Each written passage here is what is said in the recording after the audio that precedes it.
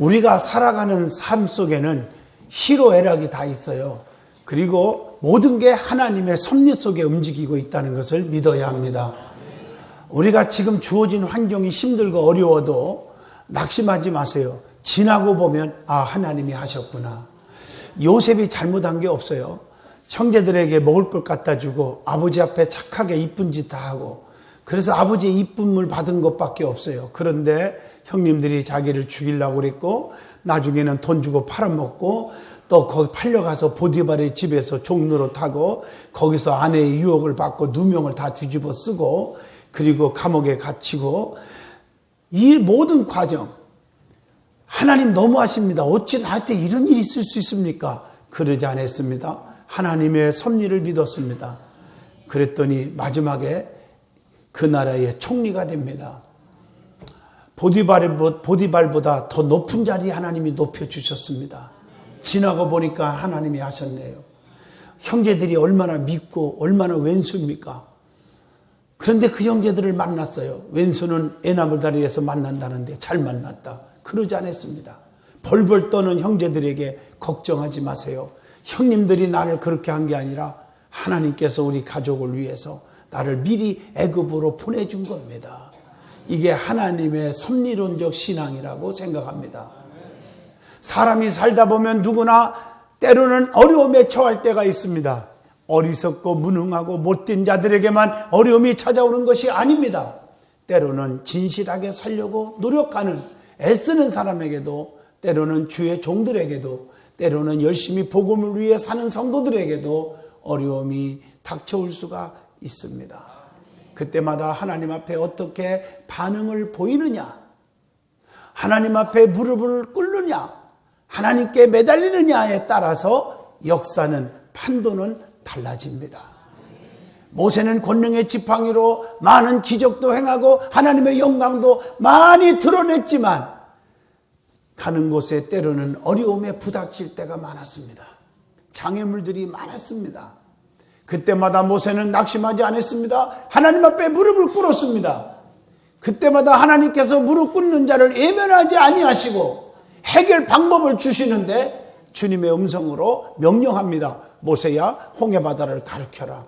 가르쳤더니 쫙 갈라져서 위기에서 극복하고 백성들을 구원했습니다. 반석을 쳐라. 쳤더니 반석에서 샘물이 터져나와 수십만 명의 백성들에게 마실 물을 공급해 줄 수가 있었습니다. 물론 모세의 능력의 지팡이를 가지고 역사가 더 많이 일어났지만 하나님은 우리가 능력받고 기도하는 그 기도를 외면하지 아니하시고 기도할 때마다 방법을 가르쳐 주시고 지혜를 주셔서 다 해결해 주셨다는 사실을 알아야 합니다. 특별히 믿음의 기도, 성령 충만한 성도들의 기도는 하나님께서 외면하지 않으신다는 사실을 기억하십시오. 성령에 충만해서 기도하십시오. 내 안에 주님으로 꽉 차야 돼요. 그래서 요한복음 15장 7절, 네 말이 내 안에 거하고 내 말이 너희 안에 거하면 너희는 무엇이든지 구하라. 그리하면 다 이루리라 약속했어요.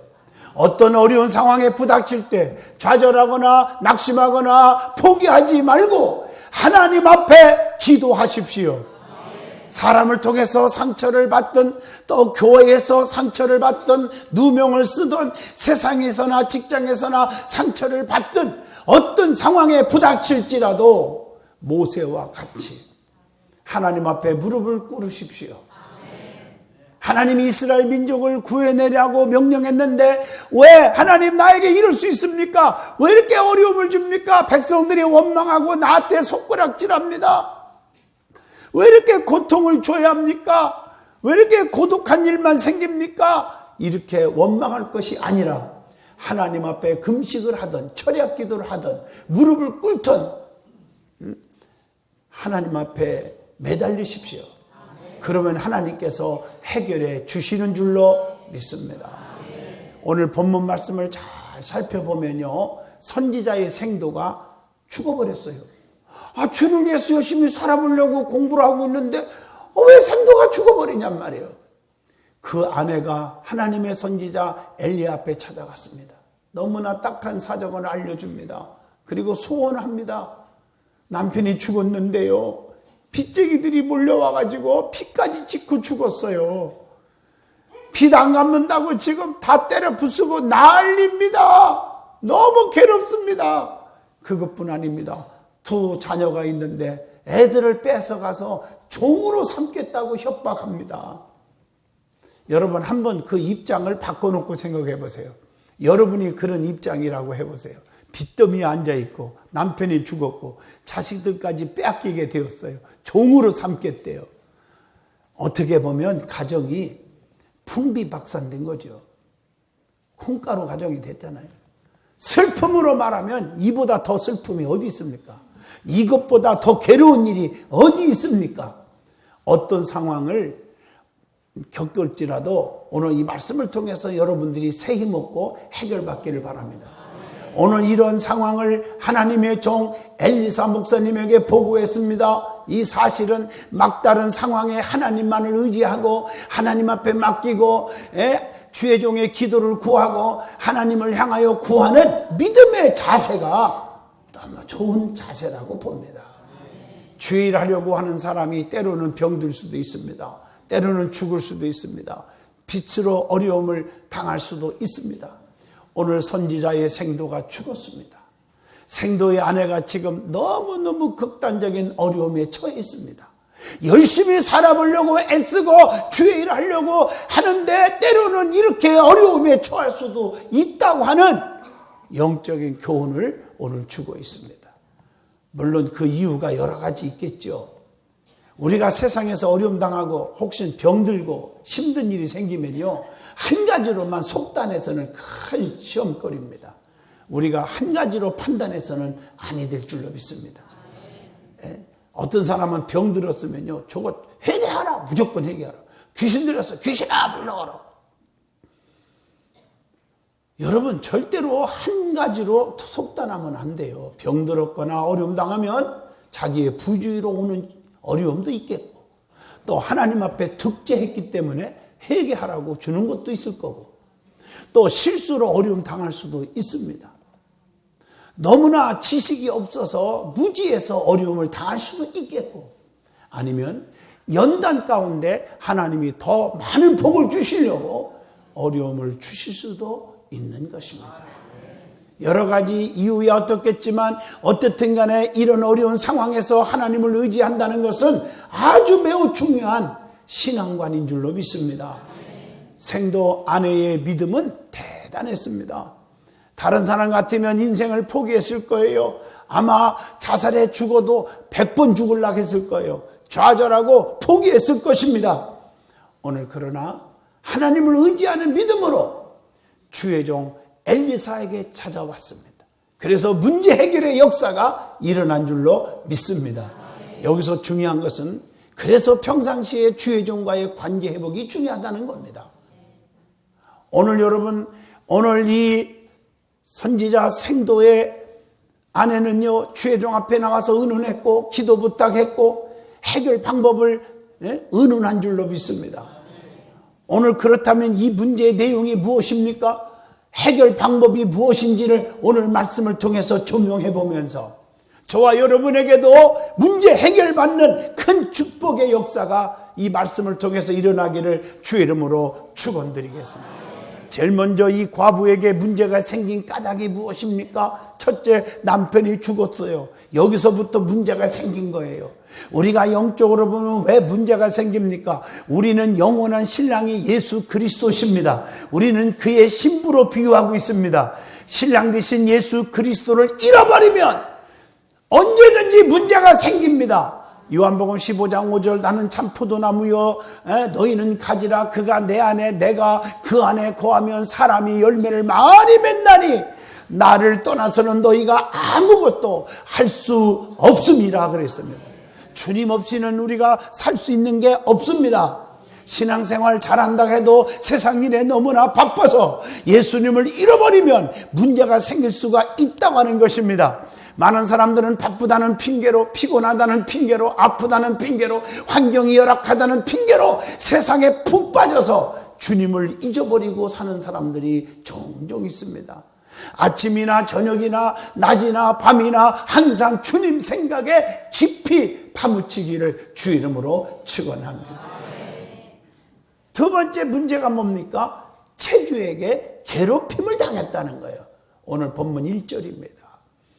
체주가 괴롭혔다는 얘기는, 빚쟁이들이 와서 막 괴롭혔다는 얘기는, 영적으로 보면 우리에게는 항상 편안하게만 사는 게 아니에요. 사탄, 마귀, 귀신들이 항상 우리 곁에서 우리의 신앙생활 잘하지 못하도록 방해하고 괴롭힐 수 있다는 거예요. 고린도후서 4장 4절에 그중에 이 세상의 신이 믿지 아니하는 자들의 마음을 혼미케 하여 그리스도의 영광의 복음의 광채가 비치지 못하게 하느니, 하나님 앞에 가까이 가지 못하고 교회와 멀어지고 주의 종과 멀어지고 교회와 멀어지고 자꾸 믿음 떨어지게 만든다는 말이죠. 믿음이 떨어지게 해요. 열심히 신앙생활 하려 하면 가만두지 않아요. 마귀 사탄들이, 그 세력들이 자꾸 괴롭혀요. 그래서 마귀 사탄 세력을 멀리하고 물리칠 수 있는 믿음이 있기를 축원합니다. 믿음이 있어야 돼요. 믿음. 다 때려 부수는 믿음이 있어야 돼요. 다 멀리해야 돼요. 이것이 중요한 신앙관이 되어야 될 줄로 믿습니다. 믿음 떨어지게 자꾸 마귀는 지금도 우는 사자와 같이 택한 백성을 삼키려고 자꾸 다닌단 말이에요. 그래서 베드로전서 4장 7절 정신을 차리고 깨어 근신하여 기도하고 있으라고 그렇게 말하고 있어요. 그 다음에 본문 1절 보면 자녀를 종으로 삼으려고 했어요. 이 고난이 어디 있습니까? 여러분, 자녀는요, 인간 행복의 상징이고 소망의 상징이에요. 그래서 농사 중에 가장 큰 농사가 자식 농사다. 그래서 자식 농사 잘 짓는 방법 중에 최고의 비결이 삼박자 기도, 기억나십니까? 첫째가 부모의 간절한 소원 기도, 두 번째 주의 종의 간절한 축복 기도, 세 번째 본인의 간절한 믿음 기도. 소원 기도, 축복 기도, 믿음 기도가 있을 때 앞길에 시온의 대로가 쫙 열리는 거예요. 그런데 이 자녀를 종으로 삼겠대요. 데려간다는 거예요. 뺏어간다는 거예요. 행복이 상실된다는 얘기예요. 자녀들이 용기와 소망을 주는 게 자녀들인데, 나는 지금도 우리 아버님, 어머님 하늘나라에 가셨지만 장장로님, 왕건사님, 진짜 잊을 수 없는 게, 저희 집에 10남매 중에 내가 막둥이잖아요. 장에 갔다 오시기만 하면 우리 아버지가요, 동네방네 다니면서 내가 쌍둥이 막내 저거 기르는 재미로 살아, 얼굴 보는 재미로 살아.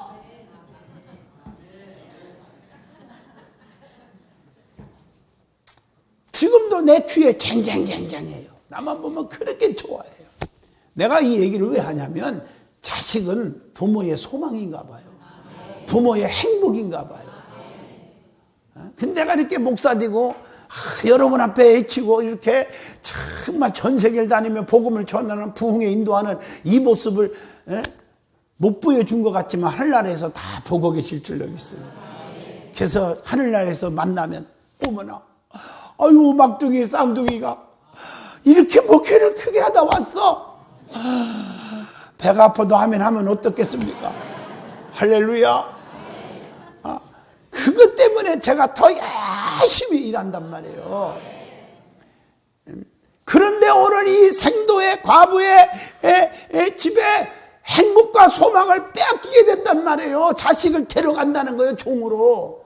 이게 얼마나 가슴 아파요. 마귀는 지금도 우리의 자녀들을, 우리의 가정을, 우리의 행복을, 우리의 믿음을 자꾸 빼앗아 가려고 하고 있다는 거죠. 그래서 문제가 생기게 되는 겁니다. 이런 것에 우리는 넘어지거나 자빠지지 않기를 주의 이름으로 축원합니다. 쓰러지지 않기를 축원합니다. 그러면 두 번째로, 문제 해결의 방법은 무엇입니까? 가장 중요한 비결이 뭘까요? 문제가 있을 때 주의 종을 찾아가서 도움을 청했습니다. 여러분, 하나님 앞에 도움을 청하십시오. 주의 종 앞에 도움을 청하십시오. 기도 부탁하십시오. 평생 가도 한 번도 기도 제목 안 주는 분들이 있어요. 엘리사는 생도의 아내에게 집에 있는 것을 찾으라고 했어요. 본문 2절에 무엇이 있느냐? 그녀의 집에는 한 병의 기름밖에 없었어요. 주의 종은 그 기름을 사용하기로 작정합니다. 성경에 보면요, 작든 크든 간에 하나님은요, 작은 것이지만 그것이 축복의 도구가 될 수 있어요.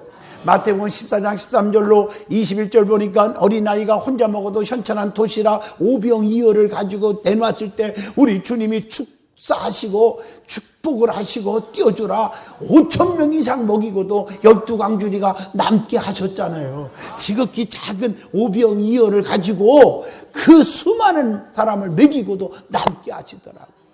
모세에게 출애굽기 4장에 보면 모세야 네가 가지고 있는 것이 무엇이냐? 우리 주님은 그걸 원하는 거예요. 지팡이입니다. 남들이 볼 때는 마른 막대기 별것도 없는 거 그거 뭐 아무것도 아닌 것 같지만 모세로서는 40년 정들은 거 가지고 있는 건 이 지팡이밖에 없단 말이에요. 지팡이입니다. 하나님은 그걸 사용하기를 원해요.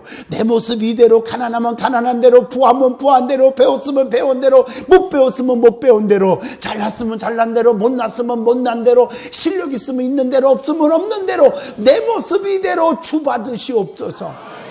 지팡이입니다. 내놔봐라. 뱀이 돼버려. 다시 잡아봐라. 60만 명이 따라오는 홍해바다가 육지같이 갈라지는 권능의 지팡이로 바꿔버립니다. 하나님은 그걸 쓰신 거예요. 나는 무능하고 연약하고 정말 무식하고 가진 것이 없는 것 같으나 하나님 앞에 솔직하게 내놓으면 하나님은 그걸 가지고 사용하시고 역사하신다는 것입니다. 신명기 27장 6절에도 그렇게 말해요. 우리는 믿음 있는 사람과 항상 같이 있어야 됩니다. 그래서 믿음의 소리를 들어야 합니다. 믿음의 소리에 귀를 기울여야 합니다. 하나님의 말씀에 하나님의 음성에 귀를 기울여야 합니다. 영원히 사는 길이 여기서 열릴 것입니다. 그 다음에 성령님의 도우심을 받아야 합니다. 네가 가지고 있는 게 뭐요? 기름입니다. 기름은 무엇을 의미합니까? 성령을 영적으로 의미합니다. 성령의 기름 외에는 문제 해결 방법이 없나이다 이 말이에요. 성령님의 도우심이 없이는 우리는 아무것도 할 수 없어요. 스가랴 4장 6절 힘으로 되지 않고 능으로 되지 아니하며 오직 여호와의 신으로만 되느니라. 하나님의 능력으로만 되는 거예요.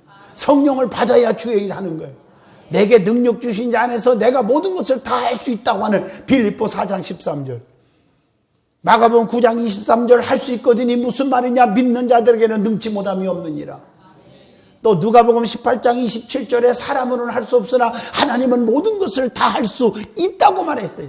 성령님의 능력을 인정하고 그분께 맡기고 그분께 의지하는 믿음의 성도가 다 되시기를 축원합니다. 내 힘으로 살 수 있다. 이거 교만을 하늘을 찌르는 거예요. 교만은 패망의 선봉이요 거만하면 넘어짐의 앞잡이입니다.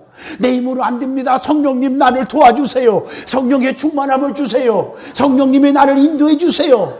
이것은 겸손의 신앙입니다. 하나님은 겸손한 자에게 은혜를 베푸시고 하나님이 들어 쓰신다고 약속하고 계십니다. 세 번째, 이 딱한 사정을 듣는 주의 종 엘리사의 모습이 어땠을까?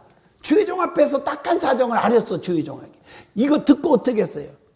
가난하고 힘든 자들의 탄원에 귀를 기울였습니다. 본문 2절에 하나님 앞에 솔직하게 드러내고 하나님 앞에 내 심정을 솔직하게 속삭이세요. 사람 앞에 나가서 내가 이런 죄를 졌는데 이런 얘기 그런 말 하지 마요. 다 깨져버리는 거예요. 가정도 깨지고.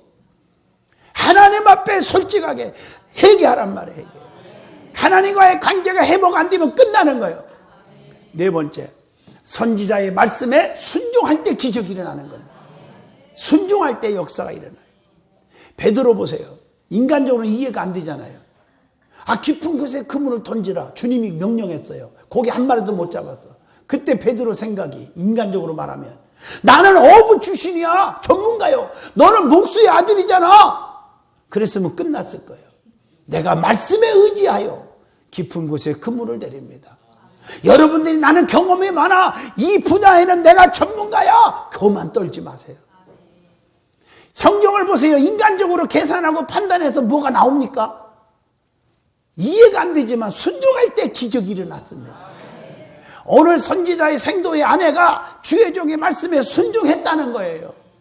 요한복음 말씀처럼 물이 변하여 포도주가 되게 한 것처럼 순종하십시오. 순종이 제사보다 낫고 수양의 기름보다 낫다고 사무엘상 15장 22절에 말씀하고 있는 줄로 믿습니다. 어떻게 주의 종이 명령했습니까? 빈 그릇을 빌리라고 그랬어요. 오늘 3절에 네가 가지고 있는 게 뭐냐? 기름 한 병밖에 없습니다. 이거밖에. 그런데 빈 그릇을 여기저기서 다 빌려와라. 적게 빌리지 마라 그랬어, 오늘 본문에. 여러분, 입을 넓게 열면 채워주신다고 하는 시편 81편 10절을 기억하십시오. 입을 넓게 여시기를 축원합니다. 세상에 아니 빈 그릇 갖다가 어디다 써먹을래요? 따지고 재봤으면 빈 그릇 안 빌려왔을 거예요. 필요 없잖아요. 지금 당장에 기름을 좀 얻어 준다든가 사오하게 한다든가 해서 기름이 있어야 이걸 팔아서 좀 빚도 갚고 자식도 안 뺏기고 좀 그럴 텐데, 아니 세상에 빈 그릇을 많이 빌려오라는 거예요. 여러분, 불평하지 말고 순종하세요. 믿음의 분량대로 하나님은 채워주시는 분이에요. 믿음이 작으면 작게, 믿음이 크면 큰 역사가 일어납니다. 그래서 마태복음 9장 22절에도 따라 안심하라. 네 믿음이 너를 구원하였느니라. 네 믿음대로 되라.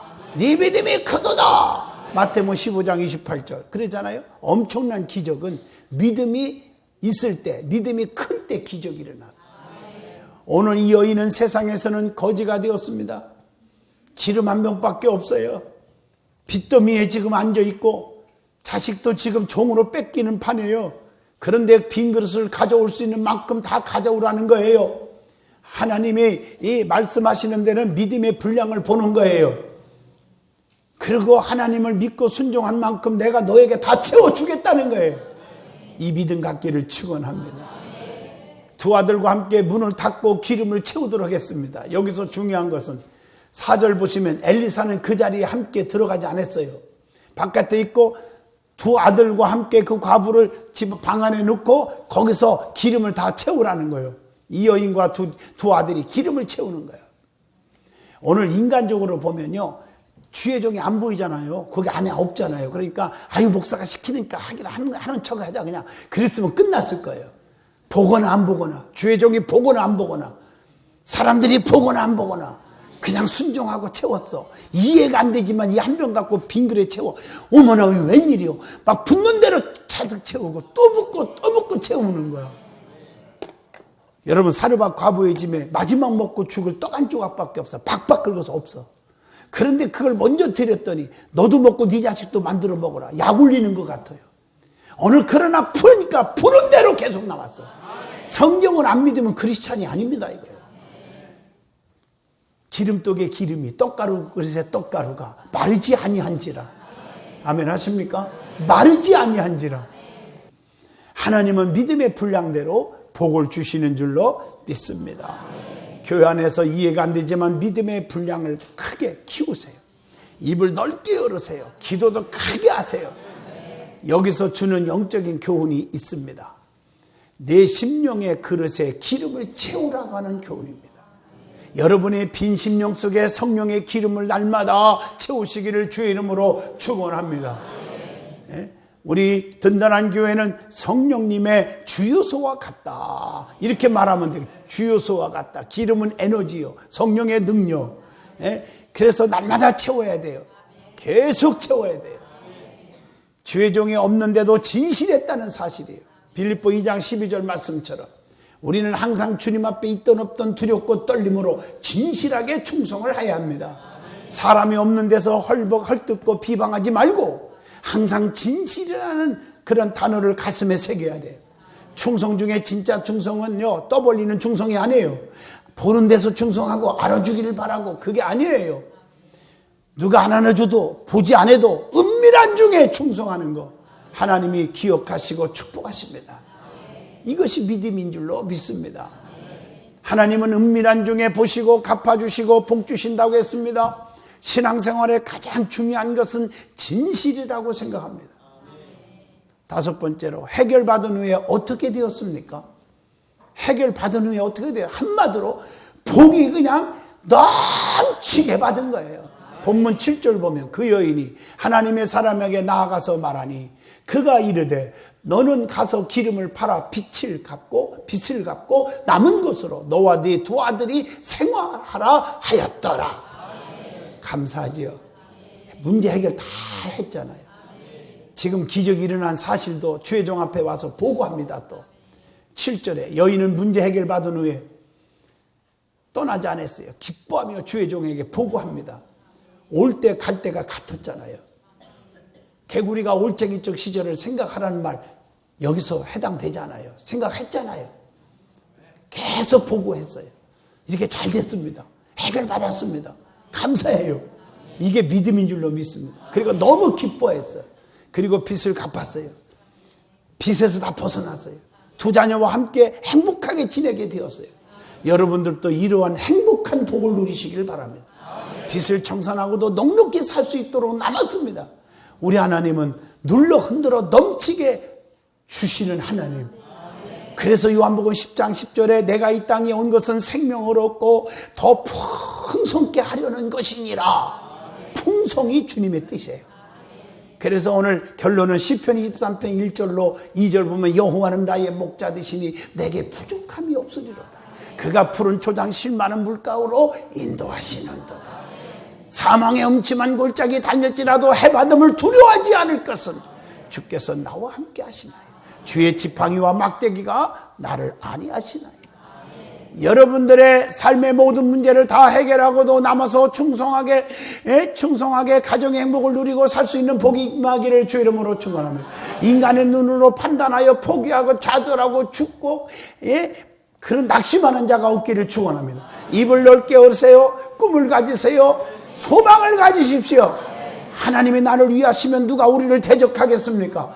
하나님이 내 소리에 귀를 기울여 주시는데 오늘 이런 담대한 믿음, 확신 있는 믿음으로 기적을 이루고 사시기를 주 이름으로 축원드립니다.